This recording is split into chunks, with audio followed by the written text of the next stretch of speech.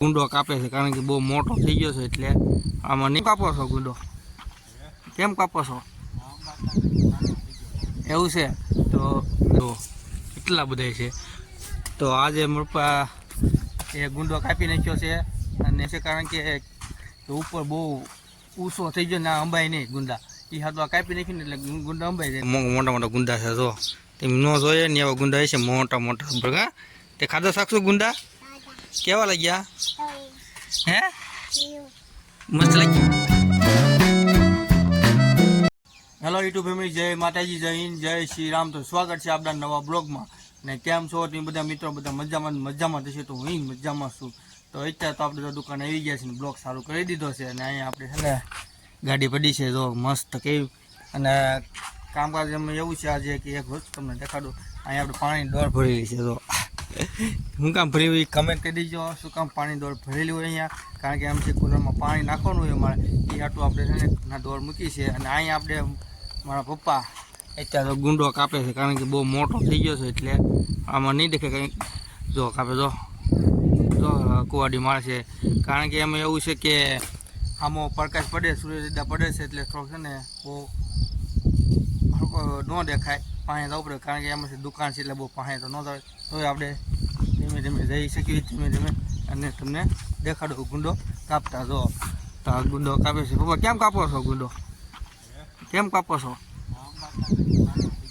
એવું છે તો અડધા થઈ જશે ને તો ગુંડો એ હાથું કાપી નાખ્યો છે આપણે ગુંડો. અહીંયા તો કેટલા બધા ગુંડા સામે આવ્યા છે એટલા બધા વાત પૂછું એટલા બધા ગુંડા છે આમાં જો કેટલા બધા છે.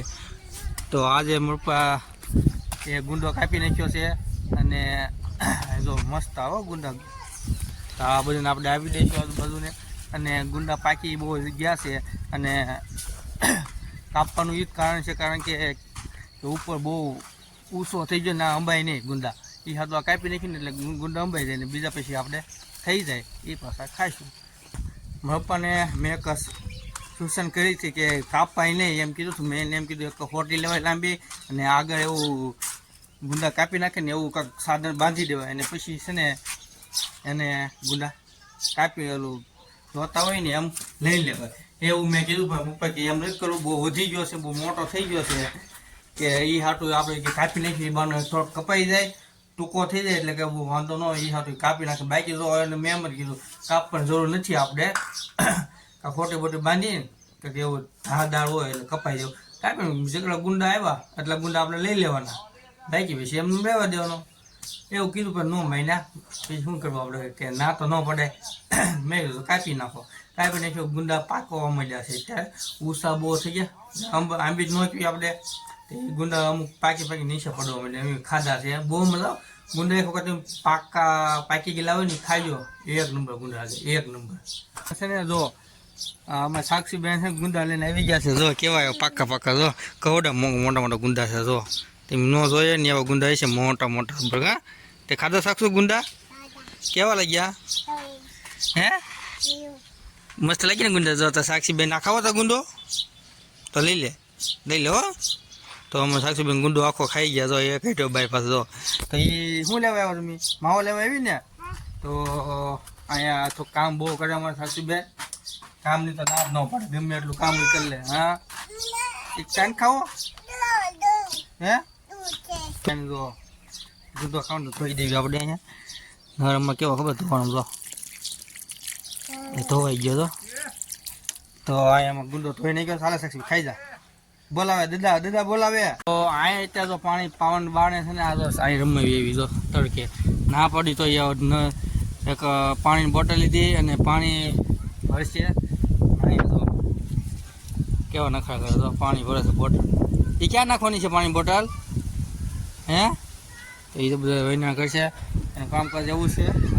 ઝાડોળ પાણી પાય ખોટું નથી જો પાય છે ઝાડોળ પાણી જો ઝાડોળ પાણી પાઈ દીધું છે. પવન બહુ એટલે બહુ છે અત્યારે તો વાત પૂછો એવો પડશે. તો આપણે મૂકી દેવી ઉપર ગાડીનું અહીંયા મસ્ત રીતે મસ્ત ગાડી લાગે તો મુકાઈ ગયું છે મસ્ત થઈ ગઈ ગાડી.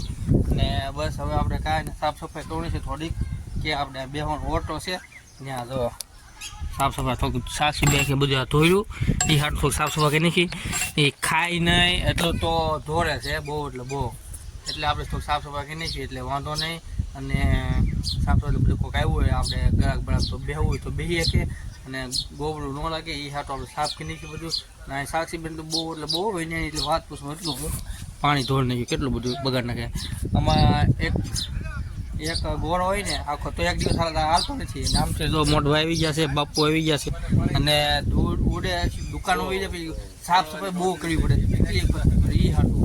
અને એમ ઉપર જો અત્યારે ઊભા છે અને આ બે બાધે છે જો કારણ કે પાણી ધોરે છે અને ખીજાય છે અને આ પાછી નખરાવાળી બહુ નખરી છે, નખરા કરે એટલી હાટું જો. અને આપણે અહીં પાણી ચાલુ છે, પપ્પા તો પાણી નાખી દેજો આમાં મોટું આપણે પાણી અહીં પવાય છે આપણે જામફળીનું પાણી. તો અહીં કેવું મસ્ત પાણી આવે છે. તો ઉનાળામાં બહુ ઉડે છે ને ધૂળ એટલે વાત એટલી બધી ઉડે ને પવન વાત એ હાટું છે ને એમ પાણી ઝાડી દીધું તો કેવું ભીનું ભીનું થઈ ગયું ને પાણી છાંટી દીધું. અને એ પછી સાક્ષીને દોડાવી દીધી અત્યારે. અને આ પાણી બધું છાંટી કારણ કે ધૂળ ઉડે ને એ હાટું ધૂળ બહુ ઉડે વાત કેટલી ઉડે કેટલી ઉડે બહુ જેવો કે સપનો છે વાત પૂછવામાં બહુ એટલે બહુ. તો આપણે પડી ગઈ છે સાંજ અને અત્યારે આવી ગયા પાછા દુકાને આવીને એમાં જો આ બેન લખવા બેસી ગયા છે. કેમ ભાઈ બેન શું લખો તમે? હે ABCD આવડે તને? બોલ તો ABCD ના એમાં બીજા બેન હું તને શું આવડે? હે તને આવડે કઈ? બોલ તો એકડા. હા જો બોલી ગઈ. અમે અહીંયા છે ને ધુલુબેન આવડે છે ABCD પાછા બોલે. શું આવડે તને? બોલ તો એ ABCD થી એકડા છે તો એવું છે. તો અહીંયા છે ને ભાઈ એવું થયેલા કરે મળે ના ભાઈને તો કેટલો બધો પવન ખાઈને વાત પૂછો જો કેટલો કુલર મૂકી દીધી ને હાથું પેચ છે ને એમાં તો કેવું મસ્ત પવન આવે કુદરતી પવન આવે છે આમ જો હું જોઈ લો બોલો આવડી ગઈ છે આ બે પાસે આવી ગયા બંધ જો આ બે ને મળે જો. તો હાલો મિત્રો આજનો બ્લોગ આપણે અહીં પૂરો કરી દઈએ. જો ગમ્યો હોય તો લાઈક કરો, શેર કરો, કમેન્ટ કરો, સાથે સબસ્ક્રાઈબ કરો અને જય હિન્દ.